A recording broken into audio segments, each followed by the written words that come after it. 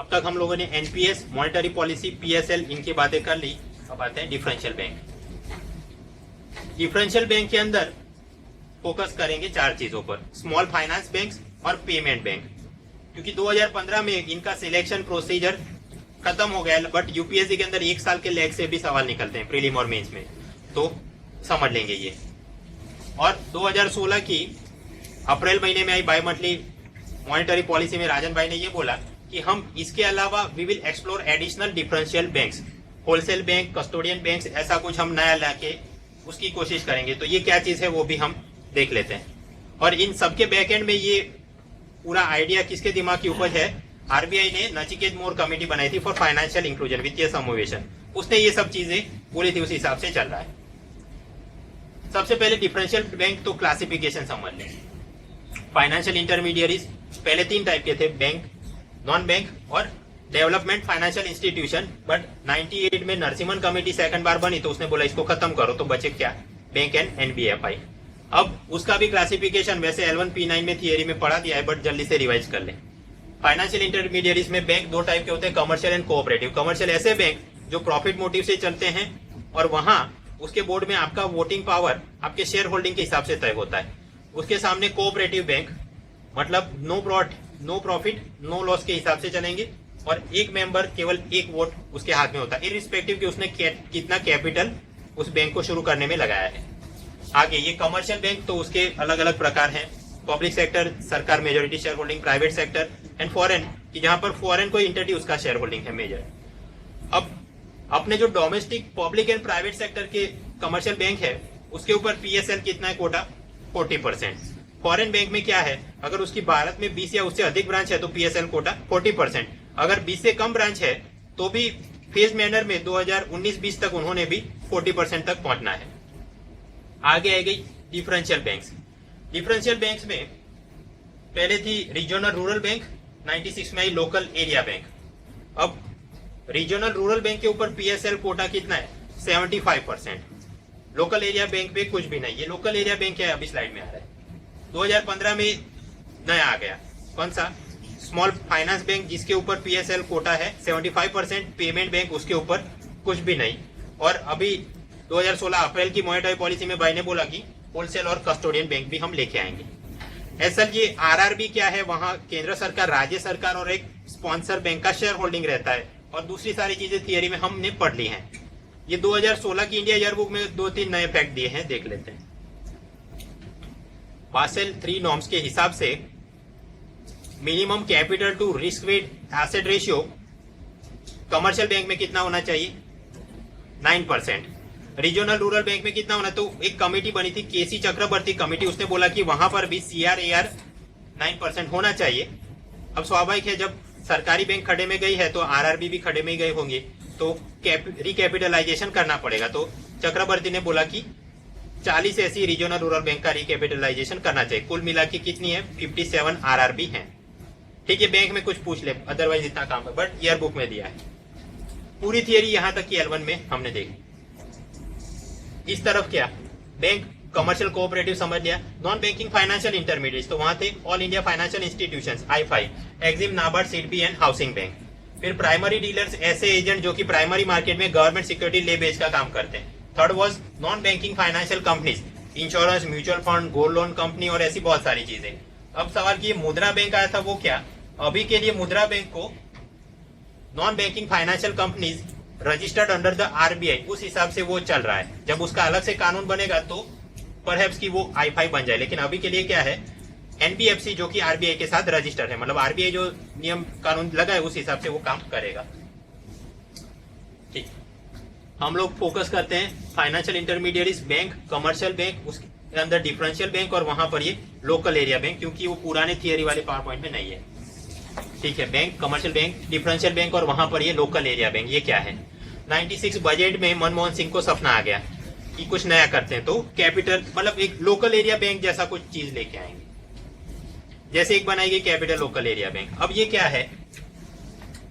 Banking regulation act 1949 के तहत इनका लाइसेंस दिया जाएगा, मतलब ये एक प्रकार की बैंक है। लेकिन आरबीआई के आरबीआई एक्ट 1934 उसके सेकंड शेड्यूल में ये इनका नाम नहीं लिखा जाएगा। तो मतलब ये एक प्रकार से बैंक तो है बट शेड्यूल बैंक या शेड्यूल कमर्शियल बैंक नहीं है। अब ये लोकल एरिया बैंक काम कहां पर कैसे करेंगी? केवल ग्रामीण rural and semi urban area के अंदर ये अपना प्रचार प्रसार करेंगी। मैक्सिमम जियोग्राफिकली 3 कंटीजियस डिस्ट्रिक्ट हो बाजू बाजू में लगे हुए, वहां पर ये खोल सकते हैं। और एक डिस्ट्रिक्ट के अंदर मैक्सिमम एक ही सिटी एरिया में वो ब्रांच खोल सकते हैं, बाकी सारी कहां पर होनी चाहिए? रूरल या सेमी अर्बन एरिया के अंदर। मतलब उस जमाने में 96 में उनको ऐसा कुछ लगा कि फाइनेंशियल इंक्लूजन के लिए ये कुछ करना चाहिए। ठीक, तो ये 96 में केस चला, आरबीआई ने अर्जियां मंगाई, कुल मिला के 10 लोगों को अप्रूव किया, जिसमें से अभी केवल 4 चल रहे हैं। आंध्र में कोस्टल बैंक, पंजाब के अंदर कैपिटल लोकल एरिया बैंक, फिर ये कोल्हापुर और आंध्र कर्नाटक में कौन कौन से, अपने बैंक की परीक्षाओं में अपने लिए इतना काम करने, बट 4 ही एलएबी पूरे भारत के अंदर काम करती है। अब वापस न्यूज में क्यों आ गई? 2014-15 में स्मॉल फाइनेंस बैंक की अर्जियां मंगाई गई। वहां पर जैसे अपना यूपीएससी में कि ग्रेजुएट हो और मिनिमम 21 ईयर्स वो अप्लाई कर सकता है, same way small finance bank के अंदर एलिजिबिलिटी ये बोली गई कि जिसको 10 साल का अनुभव हो ऐसे कोई क्षेत्र में, या फिर कि एनबीएफसी हो, माइक्रो फाइनेंस हो, XYZ। एक कैटेगरी ऐसी थी कि जो पहले से लोकल एरिया बैंक है वो लोग भी अप्लाई कर सकते हैं, और अगर वो उषा थोरात सिलेक्शन कमेटी ने अप्रूव कर दिया तो ये लोकल एरिया बैंक वाले वो तब्दील होके स्मॉल फाइनेंस बैंक बन सकते हैं। और आगे ये भी बोला कि स्मॉल फाइनेंस बैंक का अगर ट्रैक रिकॉर्ड अच्छा हो तो 5 साल बाद उनको यूनिवर्सल कमर्शियल बैंक का भी लाइसेंस दे सकते हैं, जैसे बड़े ये अपने SBI, ICICI वगैरह हैं। तो मतलब ये छोटे बैंक उनके लिए ये पूरा इंसेंटिव हो गया कि स्मॉल फाइनेंस बैंक बनो और आगे चल के बड़े बैंक बन जाओ। अब ये 4 में से केवल एक ही जीत पाया, capital local area bank, Punjab में वो काम करता है। और इन चारों में सबसे लार्जेस्ट एसेट भाई यही था, तो इसका ही नंबर लगना था। अब थोड़ी थियरी, हम शेड्यूल बैंक किसको बोलते हैं? आरबीआई एक्ट 1934 और उसका सेकंड शेड्यूल, उसमें जिसका नाम लिखा हो दैट इज शेड्यूल बैंक। अब उसकी कुछ प्री रिक्विजिट है। एक तो ये कि उनका minimum paid up capital 5 lakh होना चाहिए, और वो कसम खाए कि हम अपने डिपॉजिटर्स की रक्षा करेंगे। अब लोकल एरिया बैंक्स वो शेड्यूल बैंक नहीं है, वो शेड्यूल बैंक नहीं है तो उससे क्या नुकसान होते हैं? इन अदर वर्ड्स, अगर आप शेड्यूल बैंक नहीं हो तो आपको कौन कौन से लाभ नहीं मिलते, जरा थियरी देख लेते। पहली बात, जब आप माइक्रो स्मॉल एंटरप्राइजेस को लोन में पैसा दोगे तो वो सरकार के क्रेडिट गारंटी स्कीम में प्रोटेक्ट नहीं है। मतलब वो MSME वाला फेल कर गया तो सरकार आपकी बैंक को रेस्क्यू करने के लिए कुछ पैसा दे दे, ऐसा केस नहीं बनेगा। दूसरा नुकसान, आप जो पैसा किसानों को देंगे वहां पर इंटरेस्ट सबवेंशन स्कीम का लाभ नहीं होगा, वो केवल PSB, RRB और कोऑपरेटिव वालों को मिलता है। उसका फायदा ये भी है कि आप पे ऊपर PSL ऑब्लिगेशन कोई नहीं है। प्रायोरिटी सेक्टर लैंडिंग नॉर्म किस पे लगते हैं? Domestic, schedule commercial bank and foreign banks. तो ये क्योंकि शेड्यूल बैंक नहीं है तो ऑब्वियसली इस पे मतलब आपको 40% यहाँ पर PSL में डालना है, 10% एग्रीकल्चर, 8% स्मॉल फार्मर, ऐसा कोई टेंशन नहीं है। और समस्या, केंद्र या राज्य सरकार, उनके department, public sector undertaking, university, college, institute, ये लोग ज्यादातर यहाँ पर अकाउंट नहीं खुलवाते अपने। क्यों? नेट बैंकिंग वगैरह पूरे भारत के अंदर जिसका ATM या ऐसा कोई व्याप हो, ऐसी जगह पे ही स्वाभाविक है ये लोग अपने अकाउंट खोलेंगे, तो स्वाभाविक इनके पास लोकल एरिया बैंक में डिपॉजिट भी कम आएगी। Branch expansion policies heavily restricted. Schedule commercial बैंकों के ऊपर नियम यह है कि एक साल में जितनी भी ब्रांच खोले नई, उसकी 25% ग्रामीण इलाकों में खोलनी चाहिए। इनके ऊपर तो अलग से है कि 3 ही जिले जो आसपास में जुड़े हों उनमें खोल सकते हो, एक जिले में केवल एक ही सिटी एरिया में, बाकी सब सेमी अर्बन या रूरल एरिया में खोलो तो, और हर एक जगह पे RBI अप्रूवल लेना पड़ता है। ये लोग क्योंकि शेड्यूल बैंक नहीं है तो RBI से बैंक रेट या MSF में जाके उनको लोन में पैसा नहीं मिल सकता। ये लोग नाबार्ड सिडबी से रीफाइनेंस में भी पैसा नहीं ला सकते। इन अदर वर्ड्स, अगर आप शेड्यूल बैंक नहीं है तो आपको ये सारे लाभ नहीं मिलेंगे। In other words, schedule bank है तो ये सारे लाभ, इसका ऑपोजिट आपको मिलेगा। ठीक, वापस आते हैं हम लोग financial intermediates bank, NBFI bank के अंदर कमर्शियल बैंक, डिफरेंशियल बैंक, वहां पर लोकल एरिया बैंक, जरा थियरी देख ली। अब मेन पॉइंट पे आते हैं, small finance banks, payment banks और ये सब। न्यू डिफरेंशियल बैंक्स, वहां पर सबसे पहले देखते हैं ये दो, small finance bank and payment bank.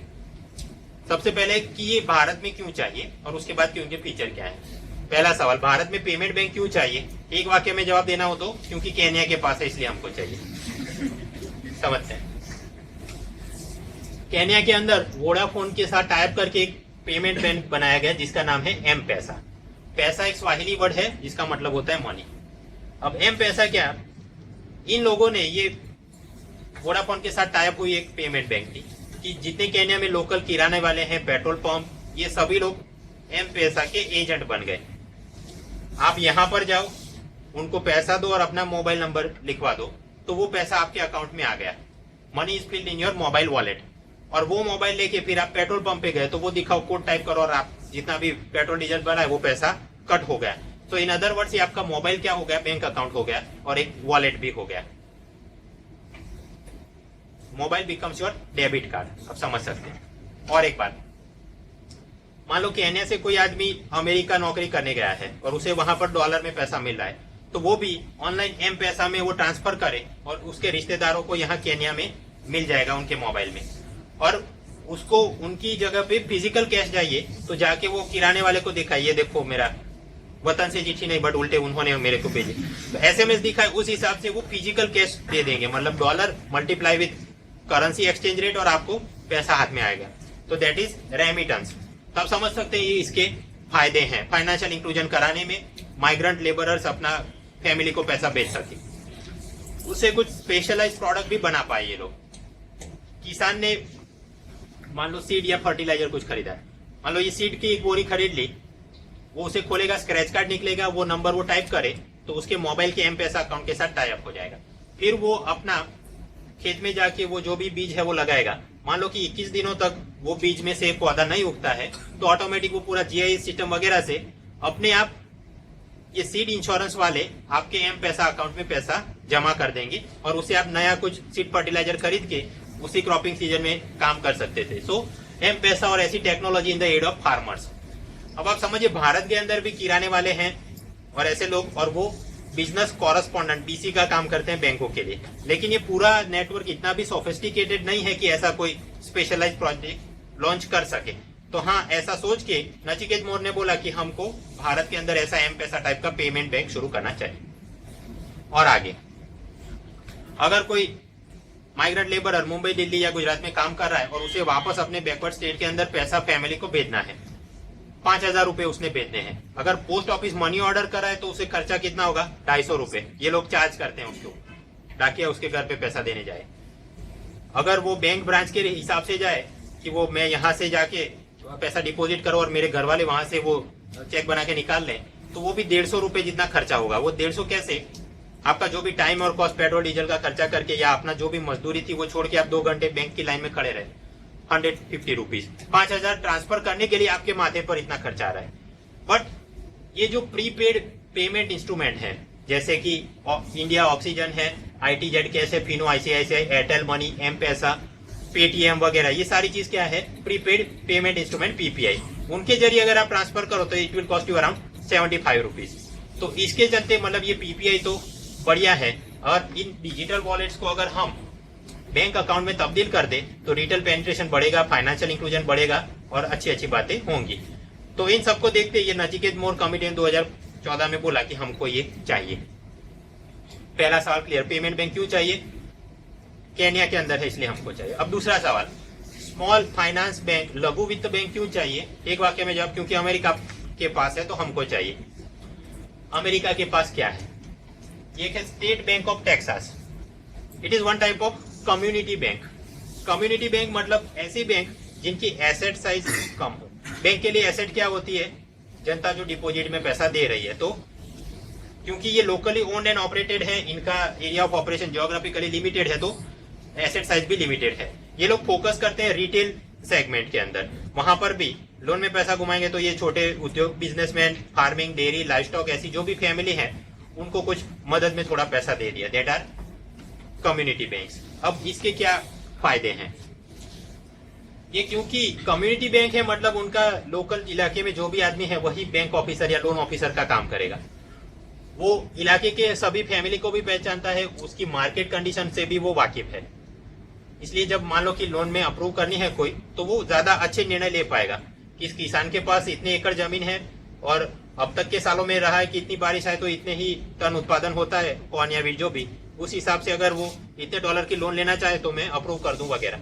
या फिर कि ये कोई रिटेल बुटीक शॉप चल रहा है, बट क्योंकि क्रिसमस आ रहा है तो ज्यादा सेल होगी, तो बोले उसको $1000 चाहिए, मैं दे देता हूँ XYZ। तो मतलब because he is aware of all the families and special features of the local market, तो इसका एनपीए कम रहेगा। प्रॉफिट वैसे क्वांटिटी में कम रहेगा, बट परसेंटेज वाइज निकालो तो बड़े बैंक से ये लोग ज्यादा मुनाफा करते हैं। तो मतलब ये तो बढ़िया है, बट इससे जनता को क्या फायदा? जनता को फायदा ये कोई भी फार्मर या बिजनेसमैन वो लोन ले सकता है without any formal credit history या फॉर्मल एसेट्स। गिरवे रखने के लिए कुछ ना हो, उसके पास कोई बैंक का रिकॉर्ड पुराना ना हो कि मैं इतने साल से क्लाइंट हूं या मैं क्रेडिट कार्ड मेरे पास था और मैं इतने साल से नियमित पेमेंट कर रहा हूं वगैरह, कुछ भी ना हो, फिर भी उसे लोन का पैसा मिल जाएगा।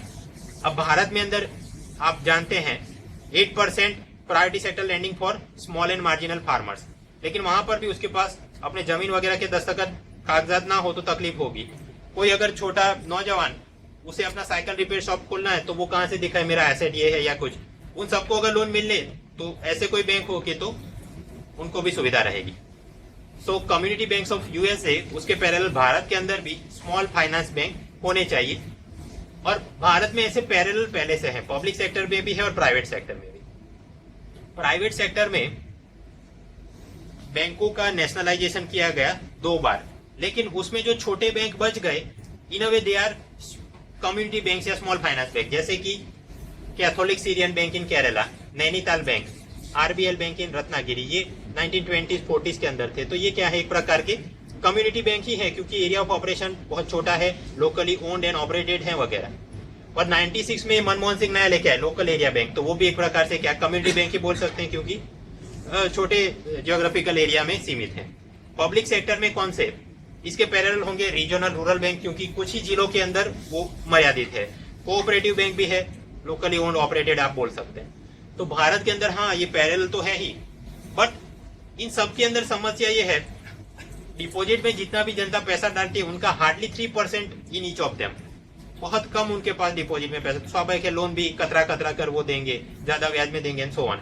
जबकि अमेरिका के अंदर कम्युनिटी बैंक है, वो पूरी डिपॉजिट का 20% 1/5 उनके हाथ में जा रहा है, मतलब वो तो फूले फाले हैं, बढ़िया काम करे, भारत में ही नहीं। तो उस अनुसंधान में ये नचिकेत मोर कमेटी ने बोला कि भारत में भी पेमेंट बैंक चाहिए क्योंकि केन्या में है, स्मॉल फाइनेंस बैंक अलग से चाहिए क्योंकि यूएसए में है। मतलब वाई नीड देम वो अपने दिमाग में आ गया, और भाई ने बोला हाँ ठीक है अर्जियां मंगा लो। 2014 नवंबर उषा थोरात को बोला स्मॉल बैंक सिलेक्ट कर लेना, नचिकेत मोर को बोला पेमेंट बैंक सिलेक्ट कर देना, दोनों ने कर दिया। 2015 सितंबर में आ गए नाम। अब आते हैं थोड़ा स्ट्रक्चर फंक्शन के ऊपर। कोई भी बैंक भी शुरू करना है तो उसके लिए कैपिटल चाहिए, राइट। अब कैपिटल में शर्त ये रखी है आरबीआई ने, देखिए कोई भी कंपनी या बैंक कुछ भी चालू किया, कैपिटल आप 2 तरह से ला सकते हो, डेब्ट एंड इक्विटी। आरबीआई ने ये बोला है कि मिनिमम 100 करोड़ इक्विटी कैपिटल तो होना चाहिए जो भी अर्जी डालने को आए, स्मॉल बैंक के लिए कि पेमेंट बैंक के लिए। तो सबसे पहला नियम कि 100 करोड़ इक्विटी कैपिटल, बाकी आप डे में लाना है लाओ उतना पैसा कैपिटल हुआ। और फिर आप अपनी कंपनी को पब्लिक लिमिटेड कंपनी के नाम पे रजिस्टर करोगे, फिर आप अर्जी डालोगे और हम उसे जो कमेटी है वो सिलेक्ट करेगी। अब इस पे बासेल नॉर्म्स या ये सब समझ लेते हैं। कैपिटल 2 तरह का होता है, इक्विटी जहां पर शर्त क्या है मिनिमम 100 करोड़ वो लेके आए, प्लस डेब्ट में थोड़ी लेके आओ, तो ये पूरी हो गई उसका कैपिटल। अब बासेल नॉर्म क्या बोलता है, minimum capital to risk weight asset ratio वो कितना होना चाहिए, 9% होना चाहिए। लेकिन यहाँ पर भाई ने बोला 15% आपको मिनिमम। ऐसा क्यों, ये नई बैंक है और स्टेबल रहे चीज, कहीं कुछ कोलैप्स ना हो जाए, तो एक्स्ट्रा प्रिकॉशन के नाम पे इसको बोला है 15% सीआरए। ऑल्टरनेटिवली आप समझ सकते हो, मान लो ये कोई अर्जी का डालने को आता है, टैब में कुछ भी नहीं लाया, केवल 100 करोड़ उसका कैपिटल है, और 15% के हिसाब से सोचो तो रिस्क वेट एसेट आप निकालोगे पता चलेगा 666। मतलब ये अगर शुरू करेगा तो 666 करोड़ की ही गेम खेल सकता है, सेविंग अकाउंट करंट अकाउंट जो भी, उससे ज्यादा भी उसके पास लोग आए तो वो लोन में पैसा घुमा नहीं पाएगा। इससे क्या स्टेबल रहे सिस्टम, एक्स्ट्रा प्रिकॉशन है। और राजन ने तो ये भी बोला है कि मैं इससे भी अगर मुझे लगा तो मैं ज्यादा कर दूंगा सीआरए। अब वहां पर भी ये कैपिटल तो 2 प्रकार रहते हैं, tier 1 is mostly equity type share का कैपिटल, और टियर 2 मोस्टली डेब्ट टाइप, राइट। ये लिस्ट एग्जॉस्टिव नहीं है। दूसरी शर्त की ये कुल मिला के कैपिटल और उसका आरडब्ल्यू तो 15% होना चाहिए, प्लस ये टीयर 1 का कैपिटल है उसका CRAR निकालो तो 7.5% होना चाहिए। टीयर 2 वो टीयर 1 के 100% से ज्यादा नहीं होना चाहिए। अगेन बैंक की परीक्षाओं के लिए ये काम है, अपने लिए नहीं। यूपीएससी में सिर्फ इतना याद रखो कि capital to risk weight asset ratio वो 15% या बहुत ज्यादा रखा है एज अ प्रिकॉशन, ताकि ये बैंक कोलैप्स ना हो जाए, फेल ना कर जाए।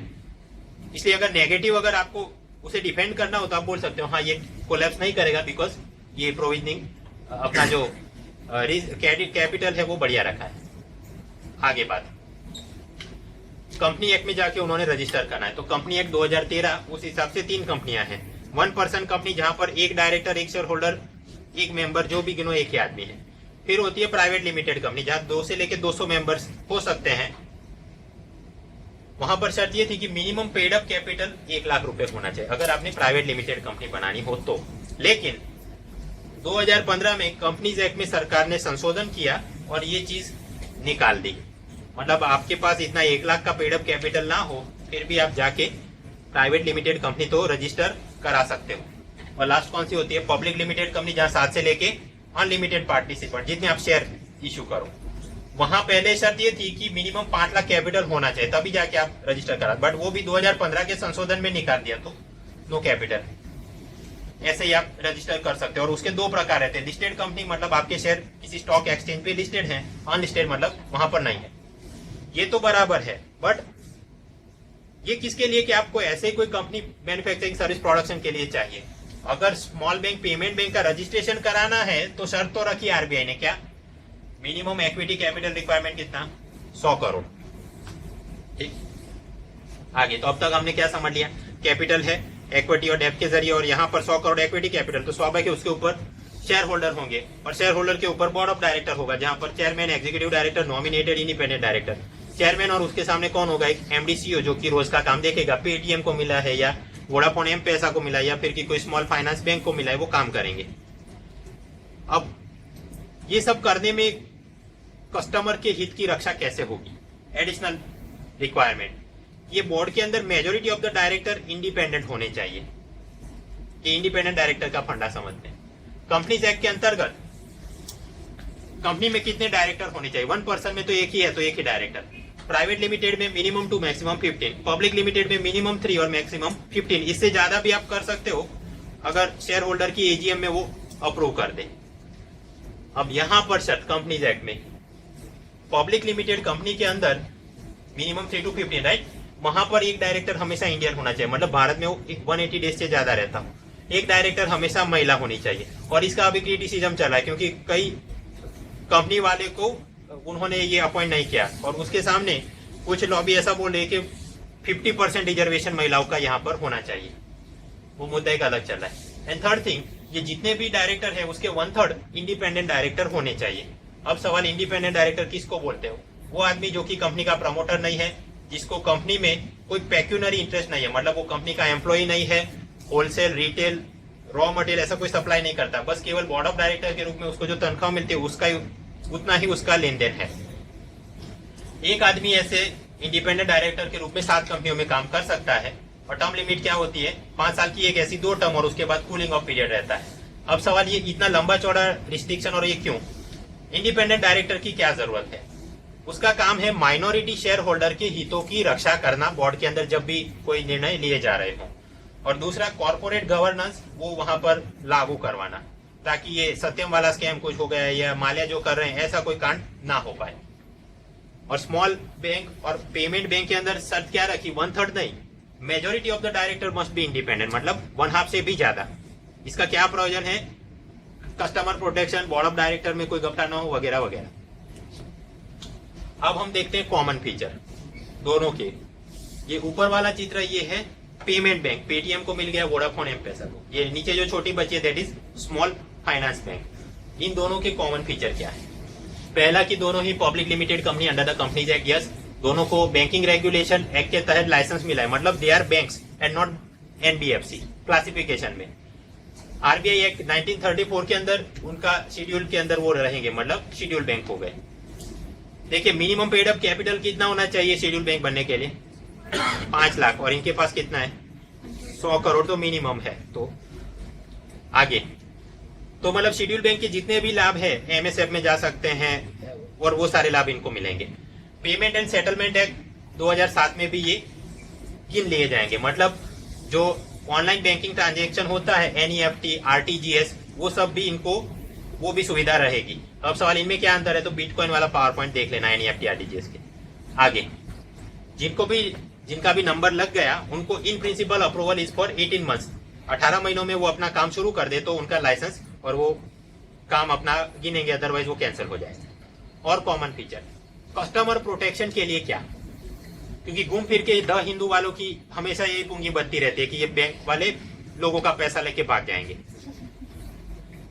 वो ना हो इसलिए भाई ने क्या क्या प्रिकॉशन लिए हैं। पहली बात, majority of the directors must be independent, ताकि कॉर्पोरेट गवर्नेंस वहां से चले तो नीचे कोई घपला नहीं होगा। दूसरा, आरबीआई की बैंकिंग ओम्बड्समैन स्कीम के तहत ये लोग उसमें कवर हो जाएंगे। ये स्कीम क्या है, as such I think early 90s के अंदर यूके के अंदर उन्होंने ये स्कीम चालू किया और भारत में 95 में लागू किया। जम्मू कश्मीर में ये लागू नहीं है। बेसिक फंडा ये है, क्लाइंट को बैंक के खिलाफ शिकायत हो तो वो बैंकिंग ओम्बड्समैन को मिल सकता है। ये बैंकिंग ओम्बड्समैन कौन होता है, आरबीआई का ही कोई जनरल मैनेजर या चीफ जनरल मैनेजर, अलग अलग रीजन के हिसाब से अपॉइंट करते हैं। ये मैक्सिमम 10 लाख तक के केस सुन सकता है, उससे ज्यादा हो तो फिर आप कंज्यूमर कोर्ट, हाई कोर्ट वगैरह चलता है। और इनसे अगर आपको नाराजगी हो तो अपील में आप जा सकते हो डेप्यूटी गवर्नर ऑफ आरबीआई। ये बैंकिंग ओम्बड्समैन किसको लागू होता है, शेड्यूल कमर्शियल बैंक को लागू होता है, आरआरबी को, कोऑपरेटिव बैंक और लोन देने वाली नॉन बैंकिंग फाइनेंशियल कंपनी, ये सभी के क्लाइंट्स कवर्ड है। तो आपको इनके खिलाफ शिकायत है, आप जा सकते हो। और ये लोग भी अब आ गए, पेमेंट के बैंक, स्मॉल फाइनेंस बैंक, उनके सामने भी आपको शिकायत है, यू कैन अप्रोच देम। तीसरी बात, DICGCI, deposit insurance and credit guarantee corporation of India, इसके अंतर्गत भी ये लोग प्रोटेक्टेड हैं, ये समझ लेती है। 61 में कानून बनाया गया पार्लियामेंट के द्वारा। ये deposit insurance and credit guarantee corporation क्या है, एक कानून है, फिर उसमें कुछ सुधार और वो सब चला, बट ओवरऑल कि ये चीज का 100% मालिक कौन है, आरबीआई है। और आरबीआई के जो 4 डेप्यूटी गवर्नर होते हैं उसमें से एक डेप्यूटी गवर्नर इसका चेयरमैन होता है। ये संस्था का क्या काम है, नाम से ही सीधा है, 2 काम करती है। First is called deposit insurance और दूसरा है क्रेडिट गारंटी। डिपॉजिट इंश्योरेंस क्या, बैंक है वो आपसे डिपॉजिट में पैसा ले रही है, उसका बैंक ने खुद से इंश्योरेंस निकलवाना पड़ेगा।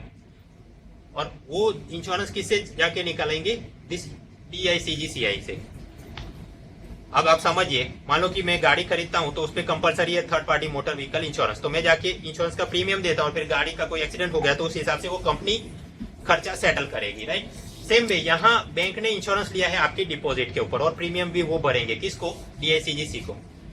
आगे चल के ये बैंक अगर कोलैप्स कर गया तो कस्टमर का जो नुकसान हो गया उसकी भरपाई इंश्योरेंस के रूप में कौन करेगा, ये संस्था DICGCI। कितना, एक कस्टमर को 1 लाख रुपए तक का ये लोग जाके दे देंगे। सेम वे पेमेंट बैंक और स्मॉल फाइनेंस बैंक में भी आपने जो पैसा डाला है, आगे चल के वो बैंक कोलैप्स कर गया तो आपका पैसा रिकवर होगा, हाँ, ये लोग आके आपको इंश्योरेंस के रूप में वो पैसा दे देंगे। और वहां पर भी पेमेंट बैंक के अंदर मैक्सिमम बैलेंस लिमिट कितनी है, 1 लाख, तो मतलब आप तो फुल्ली प्रोटेक्टेड हो ही। तो ये DICGC का एक काम ये हुआ, डिपॉजिट इंश्योरेंस। दूसरा काम है क्रेडिट गारंटी। याद करो, पूरे साल में जितना लोन का पैसा घूमता है उसका 40% जाता है PSL को, उसमें 10% for agriculture, 8% for small marginal farmer. अब किसी स्मॉल मार्जिनल फार्मर ने आपने लोन में पैसा दे दिया, वो वापस नहीं कर सकता, तो आप उसकी जमीन जब्त नहीं कर सकते। क्यों, क्योंकि सरफायसी में आपको ये पावर नहीं दिए गए हैं बैंक को। तो उसकी जो लोन फेल कर गई, बैंक का जो नुकसान हो गया, उसकी भरपाई कौन करेगा, उसकी भरपाई भी क्रेडिट गारंटी इन्होंने ली है DICGC वालों, तो वो लोग जाके भरपाई करेंगे। सेम भी MSME इंडस्ट्री का लोन फेल कर गया, मतलब जो भी PSL कोटा में गया होगा उसकी भरपाई कौन करेगा, ये संस्था करेंगी, except for the home loans. तो ये इसके 2 काम हैं। मतलब अगेन आपने लिए क्या कि स्मॉल या पेमेंट बैंक में आपने पैसा डिपॉजिट किया तो वो प्रोटेक्टेड है, इन लोगों ने प्रोटेक्ट किया है। और क्या, FDI कॉमन फीचर हम देख रहे हैं, 49% तक FDI ऑटोमेटिक, 74% तक भी हो सकती है, प्रोवाइडेड की FIP भी अप्रूव दे दे। रेपो मार्केट में जा सकते, ब्रांच खोल सकते हैं, हाँ, ATM लगा सकते हैं, हाँ, वो अपने बिजनेस कॉरेस्पॉन्डेंट BC मतलब किराने वाले को, रिटायर्ड टीचर को, उनको गांव में काम बोल दिया कि तुम देख लेना, तो वो भी वो कर सकते हैं। म्यूचुअल फंड, पेंशन, इंश्योरेंस, ये सब बेच सकते हैं। फॉरेन करेंसी वो भी बेच सकते हैं। लेकिन अपने खुद के पैसों से ये वाला धंधा वो नहीं करेंगे।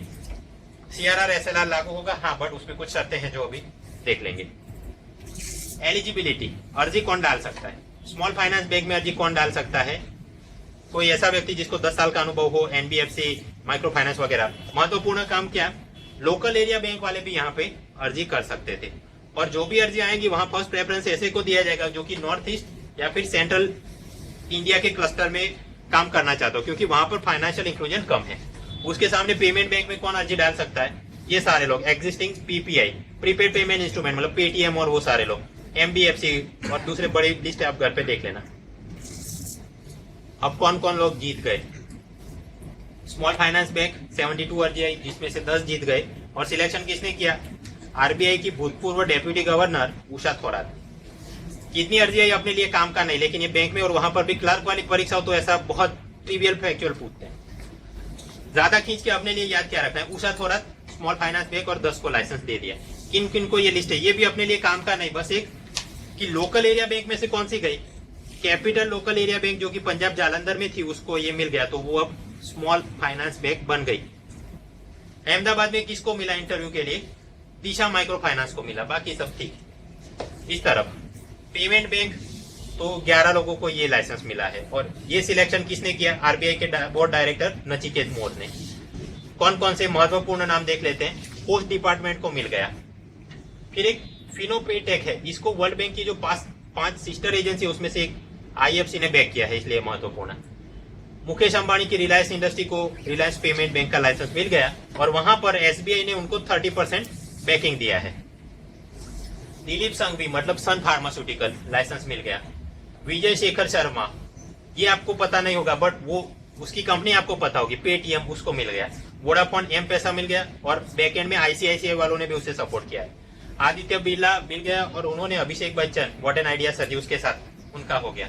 टेक महिंद्रा आ गई, एयरटेल, उन्होंने कोटक महिंद्रा के साथ टाइप किया। फिर ये चोलामंडलम और नेशनल सिक्योरिटी डिपॉजिट लिमिटेड, ये कुछ 11 लोग हैं, उनको ये मिल गया। ठीक है, अब थोड़े अलग अलग क्या है उनके डिफरेंस देख लेते हैं for the purpose of MCQ। तो client based small finance bank वालों का क्या? ऐसे लोग जिनको बैंक की सुविधा नहीं मिले, अनरिजर्व, या फिर की कम सुविधा मिले, अंडर सर्व्ड, ऐसे लोगों को ये मदद करे। फार्मर, वहां पर भी small marginal farmer, MSME industry and so on. Payment bank का मुख्य काम है remittance of the migrant workers to their families, और उसके अलावा ये लो इनकम हाउस होल्ड और वगैरह और स्मॉल से इनको प्रमोट करे।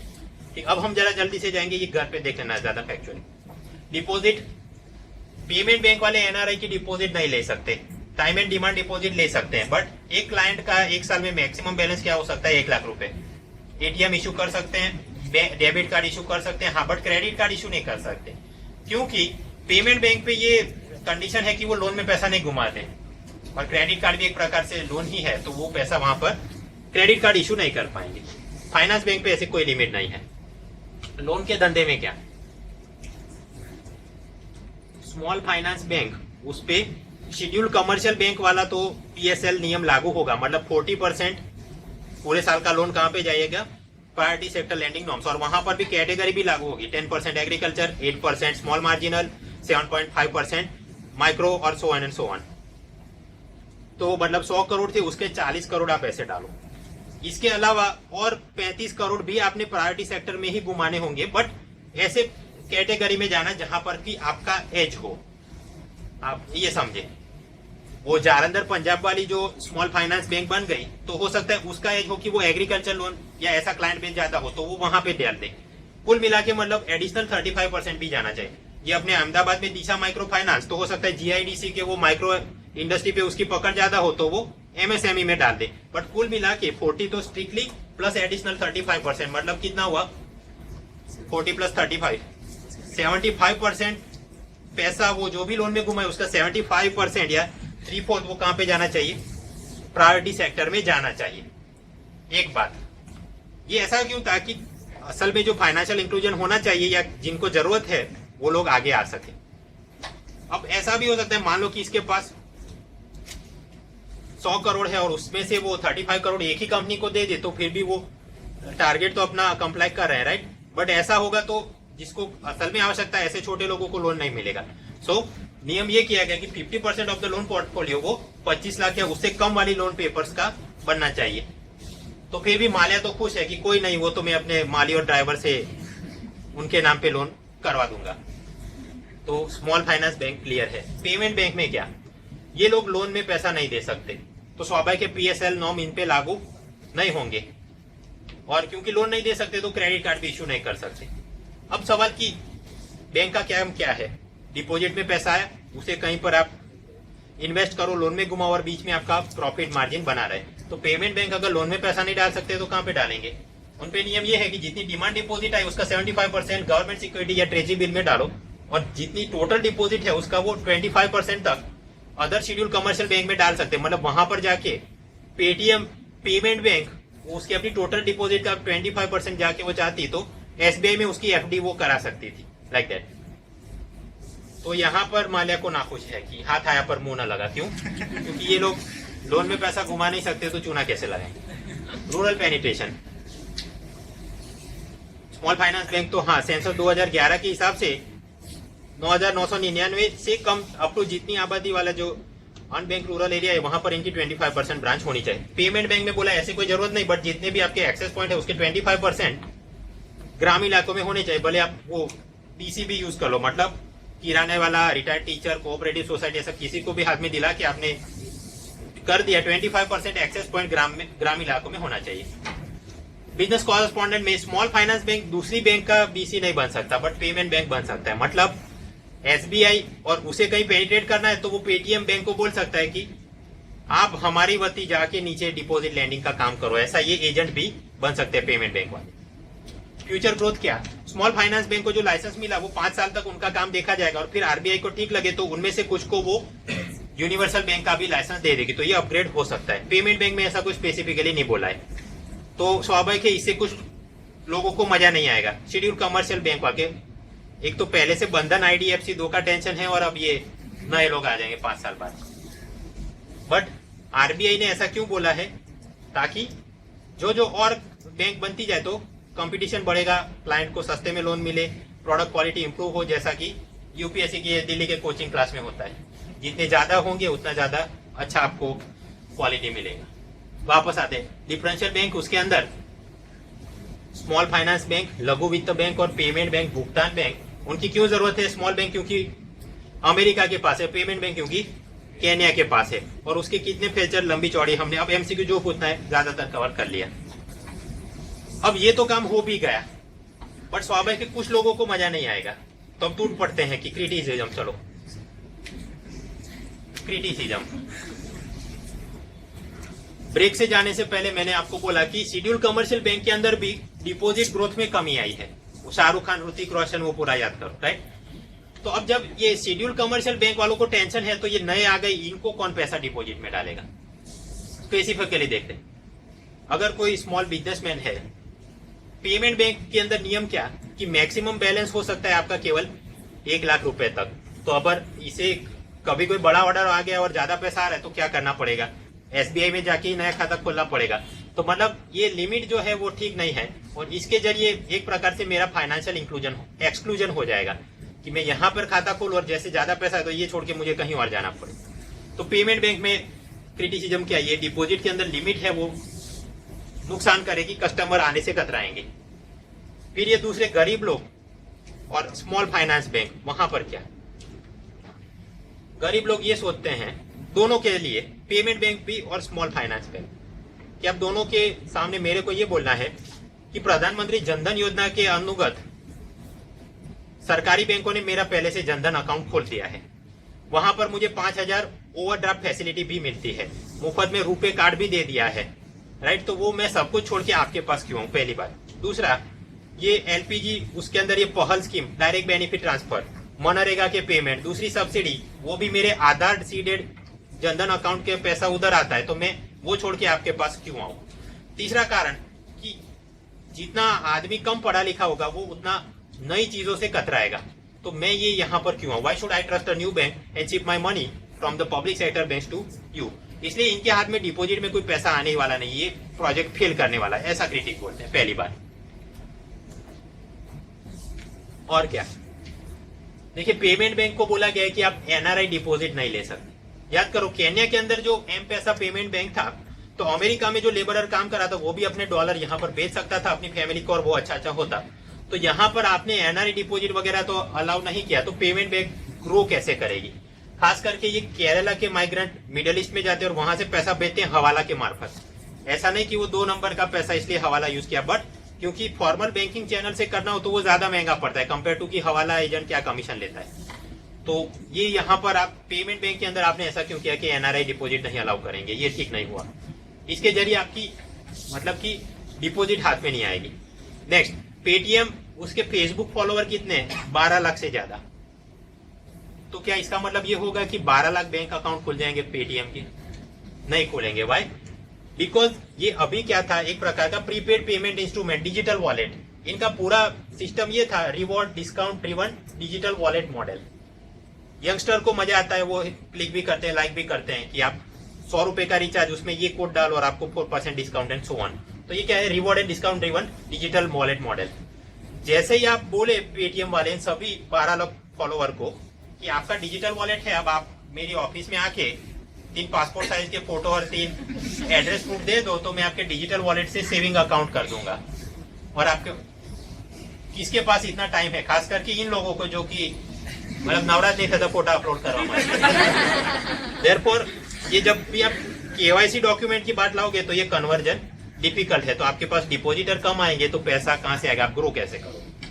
Third, 9 out of 10 transaction in Bharat वो कैश और कॉइन की मदद से ही होते हैं। इसलिए ये पूरा डिजिटल वॉलेट वाले जो भी लोग हैं वो रूरल एरिया में कोई ज्यादा पेनिट्रेट कर पाए, ऐसा क्रिटिक्स को नहीं लगता है। और उसके अलावा ये पेमेंट बैंक को इतनी तकलीफ तो है ही, प्लस स्मॉल फाइनेंस बैंक से कंपटीशन और बड़े कमर्शियल बैंक के साथ तो कंपटीशन है ही, तो आप ग्रो कैसे करोगे? ये फेल कर जाएगा।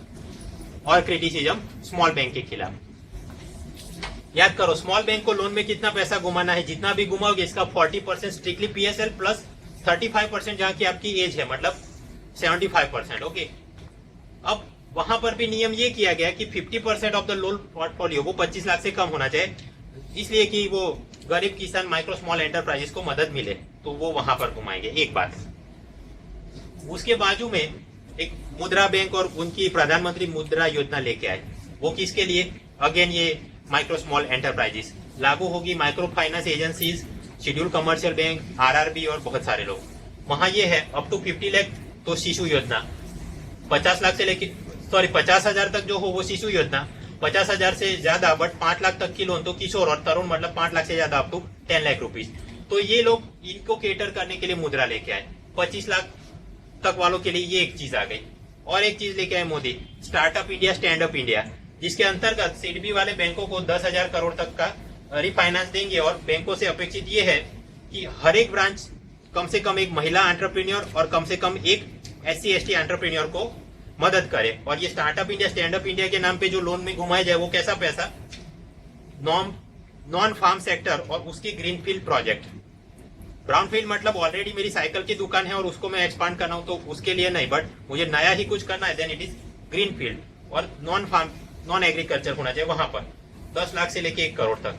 तो एक ये भी आ गया, तो एक स्मॉल बैंक, ये मुद्रा और तीसरा, राइट। तो ये क्या हो रहा है? इनकंसिस्टेंसी हो सकता है। क्रिटिक्स को ये लगता है कि अगर ये दोनों सक्सेस कर गए तो ये लोग अपना टारगेट मेंटेन नहीं कर पाएंगे। एक सवाल। दूसरा, मैं लोन के लिए अर्जी डालूं तो बैंक वाले मेरा क्रेडिट रेटिंग चेक करेंगे, क्रेडिट ब्यूरो और वो सब साइबिल वगैरह रहता है, राइट, कि आपका इतना स्कोर है तो आपको सस्ते में लोन देने हैं, महंगे में। बट क्योंकि ग्रामीण और ऐसे सेमी अर्बन एरिया में ऐसे कोई भी क्रेडिट ब्यूरो रिकॉर्ड नहीं रखते हैं गांव वालों का, तो हो सकता है कि फालतू लोग भी आ जाएं और उनको लोन में पैसा चला जाए और एनपीए हो जाए। तो उन्होंने अलग से ऐसे एक्सपर्ट बिठाने पड़ेंगे जो कि ऐसा इंस्पेक्शन कर पाए। और मतलब ये तीनों जगह पे जाएगा तो either it will lead to some type of bubble, या फिर कि कुछ गड़बड़ हो जाएगी, एक ही आदमी जाके 3 जगह से लोन लेके आए और फिर एक भी रिपे ना करें, so on. Duplication of efforts, फिर शेड्यूल कमर्शियल बैंक आरआरबी के साथ भी टक्कर लेंगे ये लोग। 75% इनको डालना है, आरआरबी ने भी 75% पीएसएनएल में घुमाना है। और आगे कि अगर ऐसा ही करना था तो फिर आपने ये आरआरबी और कोऑपरेटिव बैंक वालों को बंद क्यों नहीं करा दिया? और लास्टली जो मैं अब तक बोल रहा हूँ कि सेम बेनिफिशियरी 3-4 जगह से लोन में पैसा लेके आए और एक भी ना दे और घपला कर दिया तो क्या करोगे? और क्रिटिसिज्म, सुब्रमण्यम स्वामी क्या बोलते हैं कि ये जो आपने 10 बैंकों को बोला स्मॉल फाइनेंस बैंक और 11 लोगों को लाइसेंस दिया पेमेंट बैंक, तो ये नंबर में क्या ऐसा मैजिकल है? ज्यादा लोगों को क्यों लाइसेंस नहीं दिया? क्योंकि अगर आप ज्यादा लोगों को लाइसेंस देते तो कंपटीशन बढ़ता और सस्ते में अच्छी सुविधाएं लोगों को मिल सकती थी। आपने ऐसा क्यों नहीं किया? केवल 10 को ही क्यों दिया या केवल 11 को क्यों दिया? आगे, ये आपकी पूरी सिस्टम आर्बिट्रेरी है, गाइडलाइंस पूरी वेग है। पेमेंट बैंक वाले वो ऐसे लोग हैं जो कि पैसा ले तो सकते बट लैंड नहीं कर सकते, तो उसको बैंक क्यों बोलते हैं? उसको एनबीएफसी क्यों नहीं किया, वगैरह वगैरह। और सुब्रमण्यम स्वामी तो यहां तक बोल गए कि राजन के खिलाफ एनफोर्समेंट डायरेक्टर ने वहां पर एक क्रिमिनल केस लॉन्च करके उसकी पूरी इन्वेस्टिगेशन होना चाहिए। बट भाई को इससे कोई फर्क नहीं पड़ता। क्यों? अगर रास्ते की परवाह करता रहा तो मंजिल बुरा मान जाए। मंजिल क्या है? मंजिल है फाइनेंशियल इंक्लूजन। अब यहां तक क्रिटिसिज्म दिया, अब देखते हैं कि जस्टिफिकेशन क्या है, क्यों हमको डिफरेंशियल बैंक चाहिए। भाई का जस्टिफिकेशन क्या? पहली बात, ये सही है कि मैंने 10 लोगों को स्मॉल बैंक या 11 लोगों को payment bank, small set of winners क्यों? ताकि एक्सपेरिमेंट हम कर पाए। एक साथ 40 लोगों को दे दिया और 40 फेल कर जाए तो उसका कोई काम नहीं, तो एक्सपेरिमेंटेशन से देखेंगे, फिर और लोगों को लाइसेंस देंगे। दूसरी बात, अगर ऐसी नई डिफरेंशियल बैंक की कोई आवश्यकता नहीं है तो इकोनॉमिक सर्वे के अंदर अरविंद सुब्रमण्यम ने जो अपने रिफॉर्म्स बताए थे 4R and 4D, उसमें एक डी था डाइवर्सिफाई, कि मोर number of banks and more type of banks. तो वो मतलब वो सर्वे वाले बेवकूफ हैं जो कि ऐसा बोल रहे हैं कि ज्यादा हमको अलग टाइप की बैंक चाहिए, राइट। अमेरिका के अंदर कमर्शियल बैंक का पूरा बड़ा नेटवर्क है, तो वो लोग भी जेनेट येलन भी बेवकूफ हैं जो कि कम्युनिटी बैंक को वहां पर चलने देती है, राइट। और फिर कि ये सब लोग कर रहे हैं तो मैंने भी यहां पर कुछ किया है। आगे बात, मैंने प्रिकॉशन पूरे लिए हैं। कौन से? CRAR रेट मैंने ज्यादा रखा, 9% नहीं 15%। इंडिपेंडेंट डायरेक्टर्स का पूरा प्रावधान है। बैंकिंग ऑम्बड्समैन स्कीम लागू होगा। DICGC वाला फंडा है, इसलिए कोई मिसचिम करके जाए और ये सिस्टम कोलैप्स कर जाए, ऐसे जो भी क्रिटिक है वो गलत है, क्योंकि my name is Rajan and I do what I do. और बात, मंजिल थी फाइनेंशियल इंक्लूजन। अगर ये पब्लिक सेक्टर बैंक SBI और देना बैंक ये ही रामबाण की जड़ी बूटी है कि उनसे फाइनेंशियल इंक्लूजन हो जाएगा, तो फिर वेस्ट बंगाल के अंदर ये वो सरदार चिट फंड स्कैम क्यों हो गया, राइट। इसलिए हमें और नई बैंकों की आवश्यकता है। आगे बात, शेड्यूल कमर्शियल बैंक वाले म्यूचुअल फंड पॉलिसी सेल कर सकते हैं, हाँ। बांकाश्योरेंस मतलब वो इंश्योरेंस पॉलिसी सेल कर सकते हैं, हाँ। अब मैं वही सारी चीजें स्मॉल और पेमेंट बैंक वाले भी अगर कर पाए तो क्या हुआ? कंपटीशन बढ़ेगा। कंपटीशन बढ़ेगा तो वो अपना कमीशन रेट कम करेंगे क्लाइंट्स को ज्यादा पेनिट्रेट करने के लिए। इनमें से कुछ लोग फिर ग्रामीण इलाकों में जाएंगे, तो और लोगों को इंश्योरेंस नेट में आपने ले लिया, और लोगों को म्यूचुअल फंड वगैरह में ले गए, तो ये चीट वाले जो भी लोग हैं ऐसा स्कैम कम होंगे। एयरटेल, वोडाफोन, इन सबका रिचार्ज ये अपने किराना वाले, पान वाले, उनके साथ नेटवर्क बना रहता है, तो उन सबकी मदद से ये लोग और बैंकिंग पेनिट्रेशन कर सकते हैं और अपना भारत में सब फाइनेंशियल इंक्लूजन और बढ़ता जाए। और भी बात कि schedule commercial bank business correspondent के रूप में पेमेंट बैंक वालों को भी रख सकते हैं, तो वो भी इनको यूज करे, पूरी साइनर्जी बने और फाइनेंशियल इंक्लूजन होता रहे। सो इन अदर वर्ड्स की मैं जो कहता हूँ वो तो मैं करता हूँ और मैं जो नहीं कहता वो भी मैं करता हूँ। तीसरी बात, PPI प्रीपेड पेमेंट बैंक, कौन सा ये? Sorry, prepaid payment instrument, Paytm, digital cash और वो सारी चीजें। अब वो अगर पेमेंट बैंक बन जाएंगे then it will lead to a society that is less cash society. Cashless society नहीं हो जाएगी, हम लोग कैश तो यूज करेंगे बट पहले से कम यूज करेंगे। तो जितना भी ऐसा इलेक्ट्रॉनिक ट्रांजैक्शन हुआ तो मतलब टैक्स इवेड करना उतना कम हो जाएगा और RBI सरकार को उतने ज्यादा फायदे होंगे, क्योंकि ब्लैक मनी जितना कम तो मतलब RBI की मॉनेटरी पॉलिसी, उसका transmission, leakage problem and so on and so on. आगे बात, अभी ये पेटीएम वगैरह डिजिटल वॉलेट है तो वहां आपको कोई भी इंटरेस्ट तो नहीं मिल रहा है क्लाइंट को, आप उसमें पैसा डाला वो वापस भी निकाल नहीं सकते, केवल रिवॉर्ड डिस्काउंट का चल रहा है। तो उनको अगर मैं सेविंग अकाउंट में तब्दील करा दूं तो क्या गलती है? उससे आपको, जनता को भी फायदा, इंटरेस्ट मिलेगा जब चाहे आप पैसा निकाल सकते हो, राइट। और प्रीपेड पेमेंट इंस्ट्रूमेंट उनको बैंक बना दिया तो KYC लगेगा तो मनी लॉन्ड्रिंग कम होगा।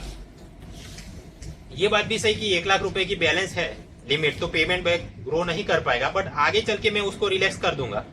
और दूसरी बात, ये फॉर एग्जाम्पल पेटीएम, तो अभी उसके डिजिटल वॉलेट में कौन सा आदमी 1 लाख रुपए रख रहा था कि जब पेमेंट बन गया और वो, राइट। तो ये मतलब पूरा क्रिटिसिज्म भी गलत है। और क्रिएटिव प्रोडक्ट आप लॉन्च कर सकते हो। याद करो केनिया के अंदर वो सीड इंश्योरेंस था, स्क्रैच कार्ड और वो पूरा टाइप, तो ऐसी technology in the aid of farmer आ सकती है।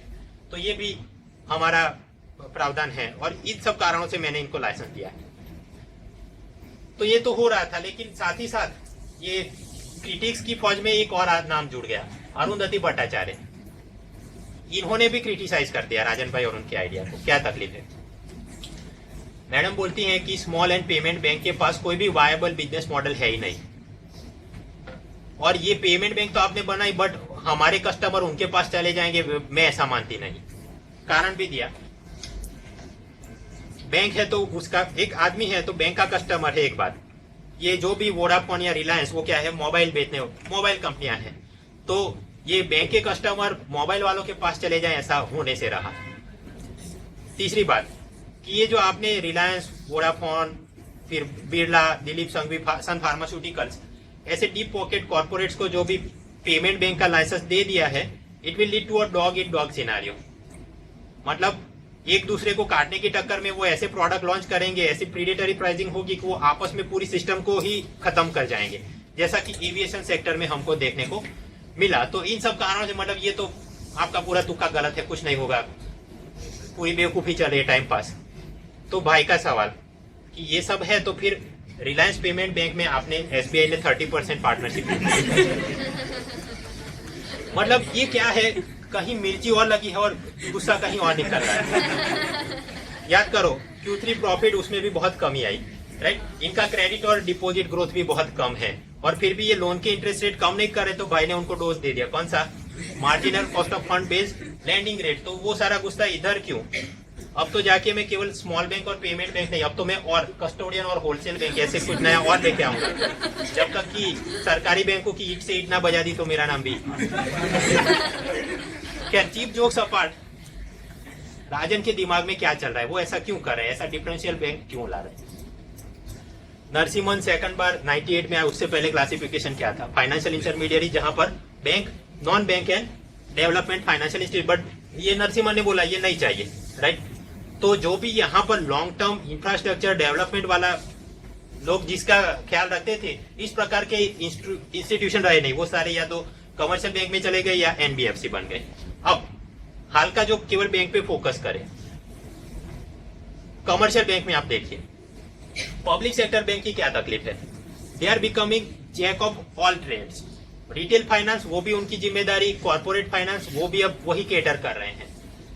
अब क्योंकि कॉर्पोरेट वाले इनसे पैसा लेके जाते हैं और उनका बिजनेस चौपट हो जाता है, तो वो पैसा वापस नहीं करेंगे, तो एनपीए की समस्या, उसके चलते फिर वो बैंक लोन देने से कतराए, नीचे मॉनेटरी पॉलिसी ट्रांसमिट न हो पाए, XYZ कारण, बासेल के रिलेटेड उनके और तकलीफ।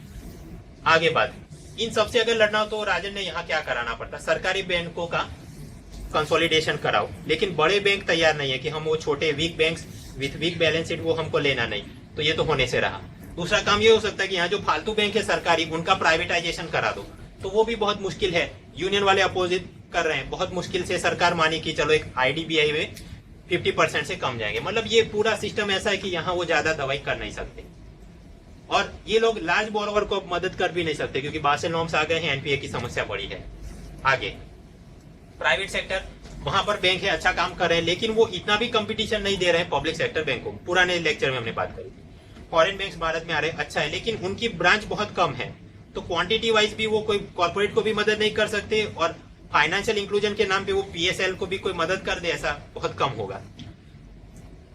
आगे डिफरेंशियल बैंक मेरे पास है, बट RRB तो हार्डली 3% डिपॉजिट का पैसा आ रहा है। लोकल एरिया बैंक वहां तो कुछ 4 ही तो बैंक है। यहाँ पर भी RRB में भी NPA वगैरह की समस्या बढ़ रही है, तो उन्हें भी कंसोलिडेट करने की आवश्यकता है। बट अगेन ये पूरा यूनियन का बड़ा मसला हो जाएगा।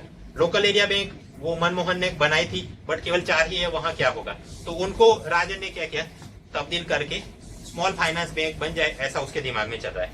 नेक्स्ट पेमेंट बैंक, किस लिए कि माइग्रेंट रेमिटेंस और अर्बन एरिया में जो यूथ है वो इधर आए, और फायदे उसने गिना दिए। कौन से? कि डिजिटल वॉलेट का KYC हो गया तो मनी लॉन्ड्रिंग और वो सारी समस्याएं नहीं रहेंगी। कोऑपरेटिव बैंक, तो वहां पर बहुत सारे स्कैम हुए हैं, और गुजरात में तो खास कालूपुर और सभी, और उनकी खुद की इनएफिशिएंसी है, बट वहां पर राज्य सरकार ने भी अलग से कुछ कानून पारित करने होंगे, रेगुलेटरी इशू है, तो मैं कुछ कर नहीं सकता। इन अदर वर्ड्स, ये पूरा अभी का बैंकिंग सिस्टम ऐसा है जहां पर मैं ज्यादा कोई रिफॉर्म्स नहीं ला सकता, इसलिए राजन ये सोचते हैं कि ये सब छोड़ो, कुछ नया करते हैं। नया क्या? Small finance bank, payment bank, और मैं नया लेके आऊं क्या? होलसेल बैंक, जो कि इंफ्रास्ट्रक्चर और डेवलपमेंट के लिए बड़ी लोन दे। जो पब्लिक सेक्टर बैंक वाले अब नहीं दे पा रहे हैं, तो वो काम कौन करे? होलसेल वाले करे। और एक कस्टोडियन बैंक भी आ जाए, वो क्या है अभी स्लाइड में आएगा। तो मतलब डिफरेंशियल बैंक क्यों आरबीआई लाना चाहती है? बिकॉज की ऑलरेडी जो चीजें हैं वहां पर उतना रिफॉर्म लाने के लिए राजन भाई के पास फ्लेक्सिबिलिटी नहीं है। ठीक, तो वो 4 लेके आए, उसमें से स्मॉल और पेमेंट हमने समझ लिया। अब इस तरफ आते हैं, wholesale bank and custodian bank. 2016 April bimonthly monetary policy review, उसमें भाई ने बोला कि मैं 2 नए एक्सप्लोर करेंगे हम। होलसेल बैंक क्या है? ये नचिकेत मोर कमिटी ने भी थोड़ा आउटलाइन दिया। ये ऐसी बड़ी बैंक जो डिपॉजिट में 5 करोड़ या उससे बड़ी डिपॉजिट ही लेंगी क्लाइंट से। सीआरआर एसएलआर लागू होगा, यस। ये लोग लोन देगी, बट किसको? इंफ्रास्ट्रक्चर कॉर्पोरेट बड़े खिलाड़ियों को। सरफाइसी के पावर्स होंगे, हाँ, मतलब अगर लोन का पैसा वापस नहीं आया तो वो जाके उसे जब्त कर पाएंगे, उसके जो भी एसेट हैं, और उसका ऑक्शन कराया, एआरसी, डीआरटी, सारी चीजें। प्रायोरिटी सेक्टर लैंडिंग, हाँ, वो ऐसा अलग से होगा कि ये छोटी बैंकों को उनके पीएसएल नॉर्म्स फिल करने में मदद करे। फॉर एग्जाम्पल, ये एक बड़ा होलसेल बैंक है, वो किसी बड़े कॉर्पोरेट को मेगा फूड प्रोसेसिंग प्लांट के लिए 1000 करोड़ का लोन दे दे, तो उसके पास उतना एग्रीकल्चर पीएसएल गिन लिया। अब उस हिसाब से होलसेल बैंक अपने पीएसएल सर्टिफिकेट निकाले और वो जाके छोटी बैंकों को जरूरत के हिसाब से बेच दे, तो वो छोटी बैंकों को भी जो अपना लैंडिंग रिक्वायरमेंट फुलफिल करना था उनमें मदद मिल जाएगी। So these are the main provision of wholesale bank. फिर है कस्टोडियन बैंक्स। अब कस्टोडियन बैंक्स भारत में क्या करेगी, उसकी क्लियर गाइडलाइन फंक्शन आरबीआई ने अनाउंस नहीं किए। ज्यादातर वो सितंबर 2016 में व्हाइट पेपर इशू करने वाले हैं। बट ओवरऑल विश्व में कस्टोडियन बैंक होते हैं, वो क्या काम करते हैं? कस्टोडियन नाम से सीधे वो कस्टडी लेते हैं। कस्टडी किसकी?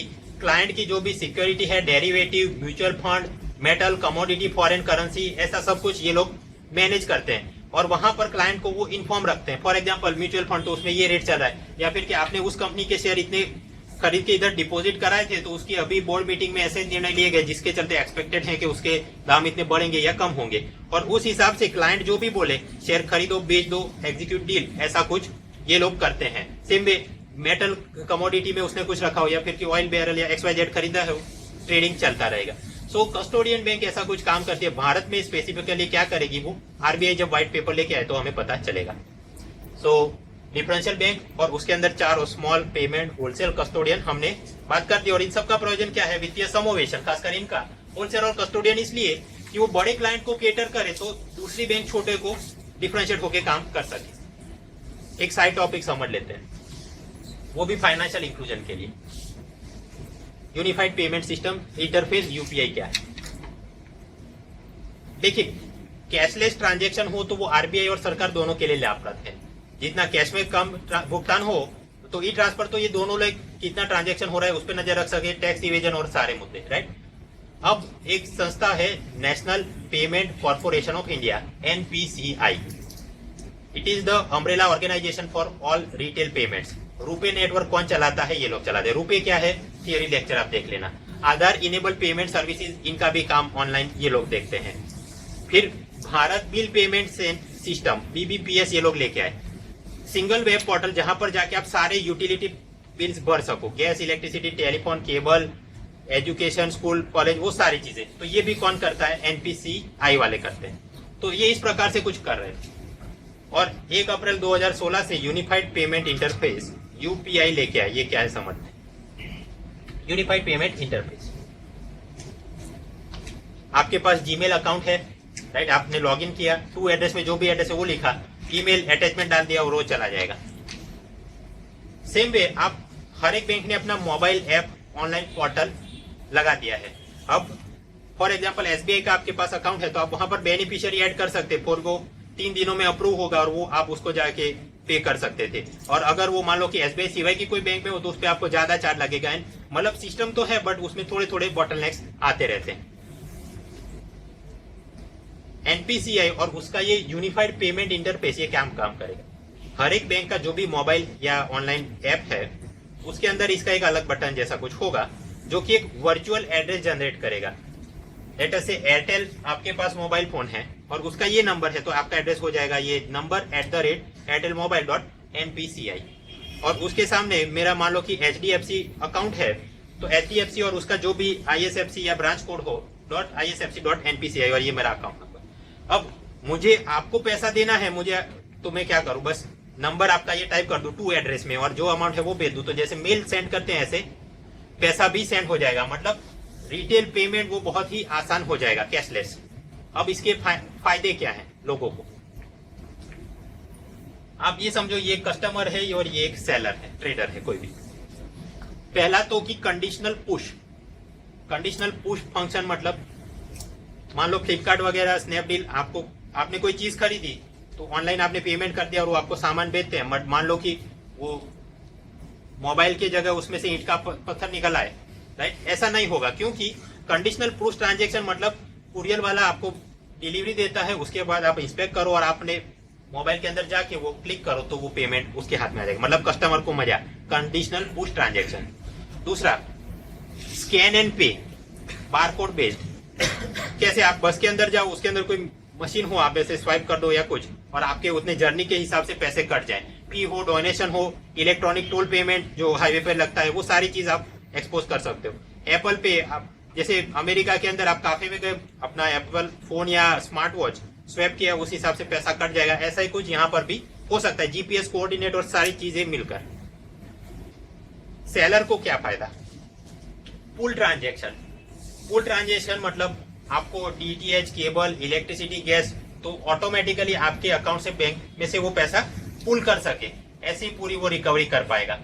और NPCI का एक तो ये UPI है और साथ ही साथ Bharat bill payment system BBPS, वो दोनों साथ में मिलकर करेंगे तो ये बहुत बड़ा रेवोल्यूशन लेके आएंगे। क्लाइंट को क्या मजा, inbox notification with news option. आप मान लो कि ईमेल के अंदर ही रिमाइंडर रखा हो कि इस तारीख को इसके साथ मीटिंग है, तो वापस आओ, गूगल का ऐप है, आपको नोटिफाई करता है, राइट, कि meeting will start in 5 minutes, लेकिन आप उसको स्नूज कर पाते कि 15 दिन बाद मेरे को रिमाइंड करना है, ऐसा कुछ।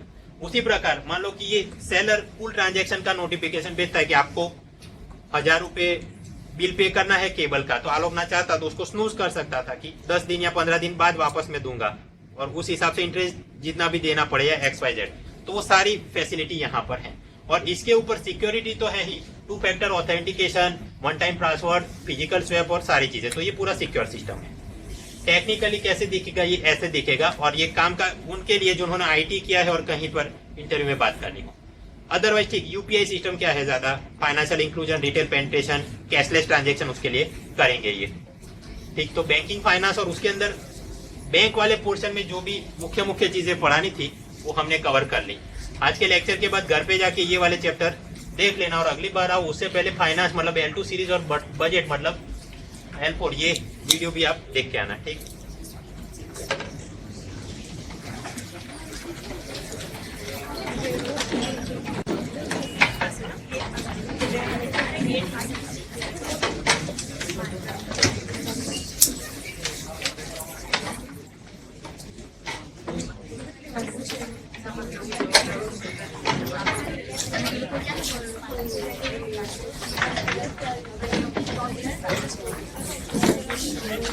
Thank you.